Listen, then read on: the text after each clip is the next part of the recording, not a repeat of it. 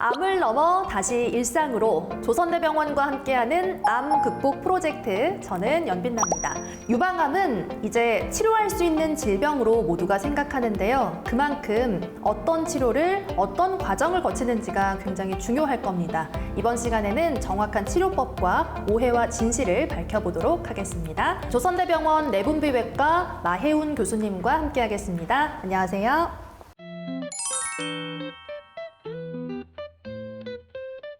많은 분들이 궁금해하실 질문부터 드릴게요. 유방암은 완치가 가능한 질환이다, 이렇게 볼 수 있을까요? 네, 맞습니다. 완치가 가능합니다.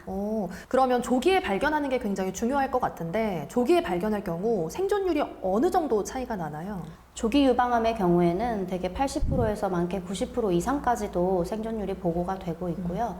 3기, 4기 같이 좀 전이가 있는 경우에는 약 50% 정도로 생각하시면 되겠습니다. 네, 그래서 또 꾸준히 더 관리를 해야 되겠어요. 네, 맞습니다. 3기, 4기 이렇게 진행성 유방암으로 진단이 된다고 하더라도요, 치료를 적극적으로 받으시면은 꾸준히 생활하시는 데는 문제가 없기 때문에 치료에 집중해 주시면 되겠습니다.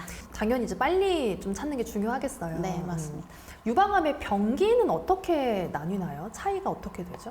유방암의 병기는 영상 검사를 통해서 암의 정확한 크기와 또 림프절에 전이가 있는지 여부 또는 원격 전이가 있는지 여부를 통해서 결정됩니다.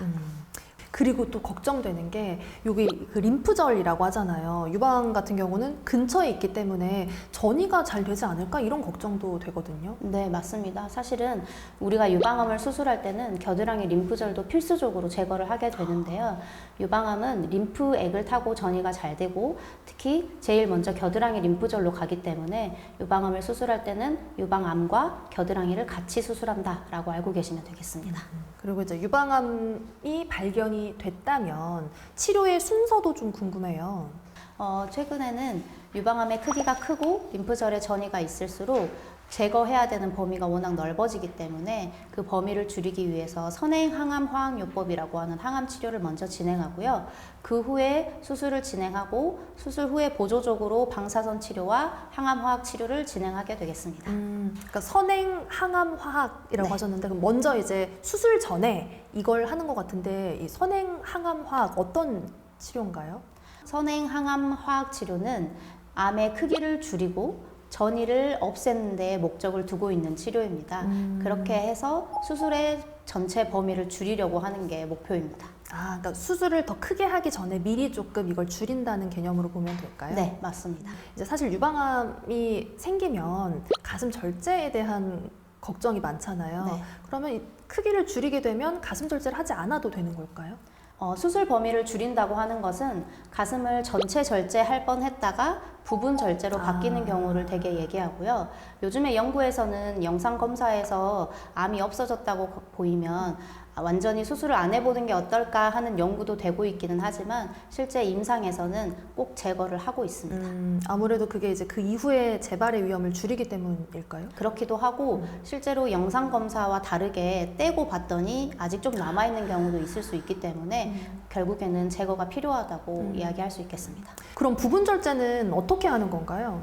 부분 절제는 유방에서 암이 있는 부위만 도려낸다라고 생각하시면 되겠습니다. 사실 그럼 걱정이 그 부분을 그냥 두는 건지, 이것도 좀 궁금해요. 네, 환자분들이 모양의 변화가 있는지에 대해서 많이 궁금해들 하시는데요. 이 유방에서 암이 있는 부분을 도려낸 다음에 주변 부위를 끌어와서 메꾸기도 하고 또는 그 피하 지방으로 그 부분을 메꿔주기도 하고 최근에는 여기다가 주사기로 인젝하는 보형물도 따로 나오기도 하고 있습니다.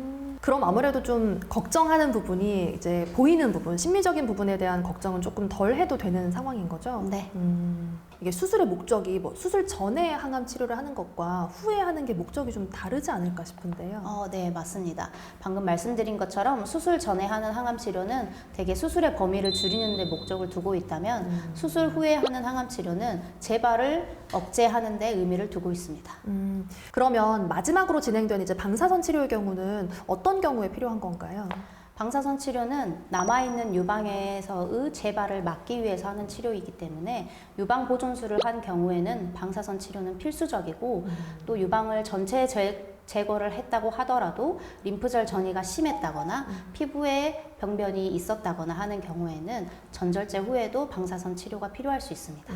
저희가 치료법 관련된 이야기 짚어봤고요. 그러면 이번에는 환자분들이 그래서 전체 치료 기간이 어느 정도 되나 좀 짐작을 하고 싶으실 것 같아요. 전체 치료에는 어느 정도 시간이 걸린다고 봐야 되죠?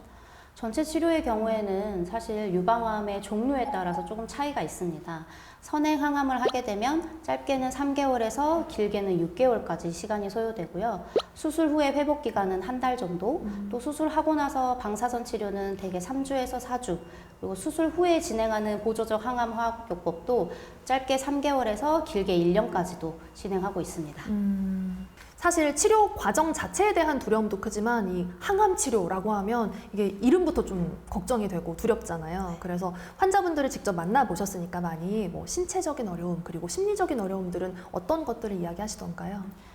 항암 치료를 하게 되면 대개 환자분들이 겪는 신체적인 부작용이 있습니다. 그렇지만 신체적인 부작용 때문에 단순히 힘든 것만은 아니고요. 항암 치료로 인한 사회적 그리고 또 정신적 부담감이 상당히 크게 느껴집니다. 항암 치료를 하면서 겪게 되는 탈모, 그다음 면역력 저하, 말초 신경병증, 그리고 불면증 같은 이런 신체적 부작용 때문에 심리적으로도 불안한 감을 느끼고 우울해하시는 환자분들이 많습니다. 이 치료가 끝나더라도 회복 기간도 좀 상당히 소요될 것 같은데 회복 기간은 어느 정도 생각을 해야 되죠? 사실은 우리 유방암 같은 경우에는 신체적 제약이 많이 걸리는 수술이거나 치료는 아닙니다만은 방사선 치료를 진행하게 되면 3주에서 4주 정도는 매일 병원으로 내원을 하셔야 되고 항암 화학 치료를 하게 되면 방금 말씀드린 신체적인 부작용이 조금 있기 때문에 환자분들마다 회복 기간에는 조금 차이가 있습니다. 직장인이면서 또 이제 이런 유방암을 겪는 분들도 계시잖아요. 네. 그런 분들은 이제 회사를 다니면서도 같이 진료를 받는 게 가능할까요? 사실은 항암 치료를 하게 되면은 방금 말씀드린 신체적인 부작용 때문에 조금 직장 생활에 어려움을 느끼시는 분들이 많고요. 방사선 치료의 경우에는 또 매일 3주에서 4주 병원을 내원해야 되기 때문에 그에 따라서도 직장 생활은 조금 어려울 수가 있습니다. 아무래도 좀 병가를 내고 좀 마음 편히 네. 치료를 받는 걸 추천을 하신다. 네, 그렇습니다. 그럼 끝으로 또 이 질문 드리겠습니다. 우리가 생활 습관이 굉장히 중요할 것 같아요. 그래서 생활 습관 어떤 게 좀 필요한지 그리고 가장 중요한 마음 관리 어떻게 하면 좋을까요? 네, 사실은 기본적으로는 균형 잡힌 식사, 적절한 운동, 금연, 금주를 하는 것이 가장 도움이 되겠습니다. 또 스스로 무너지지 않도록 버텨내는 힘을 가지시는 게 제일 중요하겠습니다. 아무래도 마음 관리가 중요하다고 말씀하셔서 환자분들께 자주 하시는 또 말씀이 있으실 것 같아요. 네, 사실은 제가 우리 암으로 진단된 환자분들이 오시면 꼭 드리는 말씀이 있는데요.